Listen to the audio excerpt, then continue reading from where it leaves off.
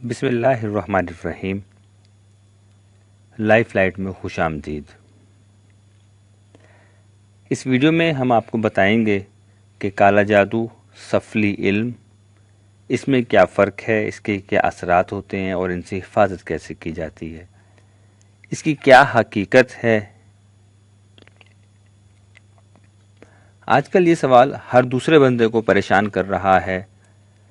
مختلف T V channels پر اس بارے میں پروگرام پیش کیے جاتے رہے ہیں اور روزنامہ امت کراچی نے کالے علم کے موضوع پر متعدد بار بہت ہی لاجواب فیچرز بھی شائع کیے ہیں۔ تاہم اکثریت اس بارے میں لا علم ہے، اور جنہوں نے اس سب سے استفادہ کیا تو وہ بھی ایک الجھے ہوئے ذہن کے ساتھ۔ عوام اب تک اس کو سمجھنے سے قاصر ہے۔ بہرحال پوری کوشش ہوگی کہ آپ کو ہر ممکن حد تک تسلی بخش معلومات اور تجربات پیش کر سکیں۔ سب سے پہلے تو یہ بات سمجھ لیجئے کہ جادو ٹونا یا سفلی کوئی ماورائی افسانہ یا سنی سنائی چیزیں نہیں ہیں۔ یہ ویسے ہی ایک علم ہے جیسے باقی علوم ہیں، لیکن آپ اسے منفی علم کہیں گے کہ یہ اللہ کی مخالفت مول لے کر پڑھایا اور پڑھا جاتا ہے۔ جادو کا ہونا تسلیم کیا گیا ہے، لیکن یہ کہا گیا ہے کہ بحیثیت علم کے یہ ایک حقیقت ہے جو شیاطین اور ان کے پیروکار اختیار کرتے ہیں۔ اگر آپ کالے جادو کی ابتدا کی بات کریں تو یہ حضرت آدم علیہ السلام کی خلقت کے ساتھ ہی ہو گئی تھی کہ شیطان کو جو طاقت اور اختیارات دیے گئے، اس نے وہ ہر ناجائز اور ناپاک کام کے لیے اختیار کیے۔ ظاہر ہے یہی کالا جادو ہے اور یہی کالے علم کی حقیقت ہے۔ ہر وہ لفظ جو خدائی احکامات یا اوصاف کی مخالفت میں کہا جائے وہ جادو ہے یا ناپاک اور نجس شے ہے۔ کالے علوم کا اصل منبع ہندو مذہب ہے، جس کا سرچشمہ کالی ماتا یا درگاہ دیوی ہے۔ اسی طرح ہر مذہب میں مذہب مخالف لوگ یا عناصر موجود ہوتے ہیں اور اپنی جگہ سفلی علوم کے ماہر ہیں۔ جو عیسائیت کا منکر ہے، عیسائی عقیدے پر یقین نہیں رکھتا اور بائبل سے ہٹ کر کسی علم کے ذریعے کوئی فائدہ حاصل کرنا چاہتا ہے یا کسی کو نقصان پہنچانا چاہتا ہے تو وہ جادوگر ہے۔ اسی طرح باقی الہامی مذاہب کی مثال پیش کی جا سکتی ہے، سوائے ہندو مذہب کے، جس کی تعلیمات کا سرچشمہ یہی سفلی علم ہے۔ اب آتے ہیں اس بات کی طرف کہ یہ آخر ہے کیا۔ امت اخبار کے جس نمائندے نے وہ آرٹیکلز لکھے تھے، انہوں نے یہ لکھا تھا کہ ہم نے اپنی آنکھوں سے دیکھا اور کانوں سے سنا ہے کہ جادو سیکھنے کی پہلی شرط قرآن کی بے حرمتی اور کچھ ایسی حرکات کرنا ہے جس سے کوئی بھی انسان سرے سے ہی دائرۂ اسلام سے خارج ہو جاتا ہے۔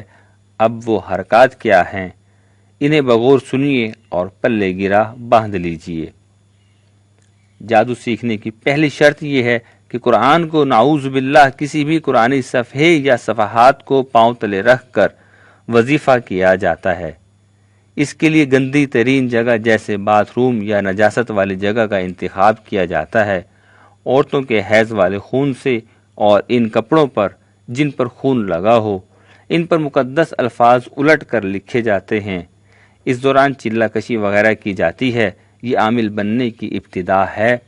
اب آپ دیکھ لیں کہ جس کام کی ابتدا یہ ہے، اس کی انتہا اور اسفلیت کیا ہوگی۔ آپ نے کہانیوں اور ناولز میں پڑھا ہوگا کہ الو کا گوشت اور کھال وغیرہ جادو ٹونوں میں استعمال کی جاتی ہے۔ صرف یہی نہیں، حالت جماع میں جو بدن سے نکلتی ہے، اس سے بھی تعویذ لکھنے کے لیے استعمال کیا جاتا ہے، اور انسان اسفل السافلین میں شمار ہونے لگتا ہے۔ انسانی بدن کی نجاست کے علاوہ ناپاک جانوروں کی غلاظت، خون، کھوپڑیاں عملیات میں استعمال کی جاتی ہیں۔ بعض اوقات جو لوگ قبرستان میں سخت قسم کی چلہ کشی وغیرہ کرتے یا کرواتے ہیں، ان میں مردوں کی توہین، ان کے ساتھ بدفعلی اور اس قسم کے ہزاروں ایسے کام کیے جاتے ہیں جس کے بارے میں عام انسان سوچ بھی نہیں سکتا۔ منتر تنتر کی اس پراسرار دنیا پر پہلے روزنامہ امت میں شائع ہونے والی ندیم محمود کی تفصیلی رپورٹ سنیے۔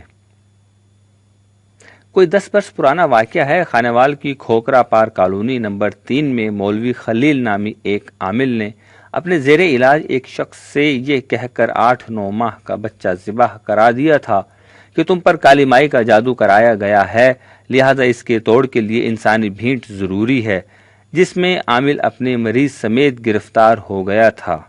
یہ واقعہ اس وقت اخبار کی شہ سرخی بنا تھا۔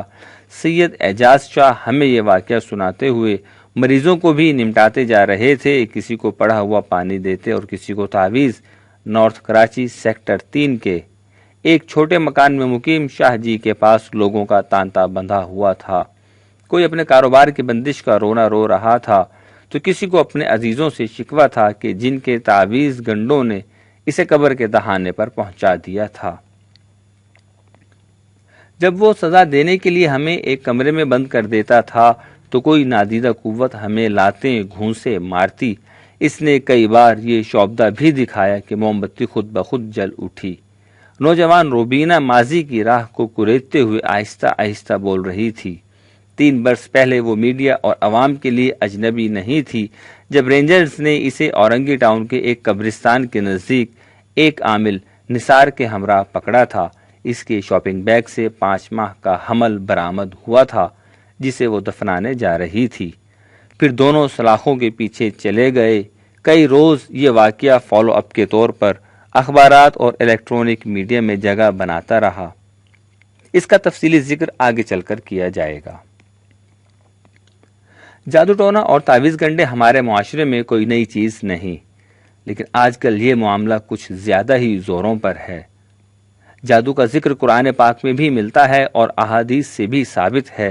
اصل سوال یہ ہے کہ کیا واقعی شہر میں اس پائے کے جادوگر، عامل یا سفلی گر موجود ہیں جو اپنے عملیات اور منتر تنتر کے زور پر نفرت کو محبت اور محبت کو نفرت میں بدل دیتے ہیں، کاروبار کو باندھ کر انسان کو کوڑی کوڑی کا محتاج بنا دیتے ہیں، طلاقیں دلوا کر ہنستے بستے گھر کو اجاڑ دیتے ہیں، تالوں پر منتر پڑھ کر دماغ مکفل کر دیتے ہیں، خواتین کو شیطانی عمل کے ذریعے ہر جائز اور ناجائز کام پر راضی کر لیتے ہیں، اور یہ کہ سفلی عمل کے بعض عملیات میں واقعی انسانی بھینٹ دینا ضروری ہوتی ہے، جس کے نام پر المناک واقعات ہوتے ہیں۔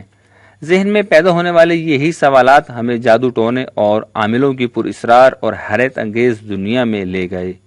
البتہ رپورٹ کی تیاری کے دوران ادراک ہوا کہ اس گورکھ دھندے کو سمجھنے کے لیے برسوں کا عرصہ چاہیے۔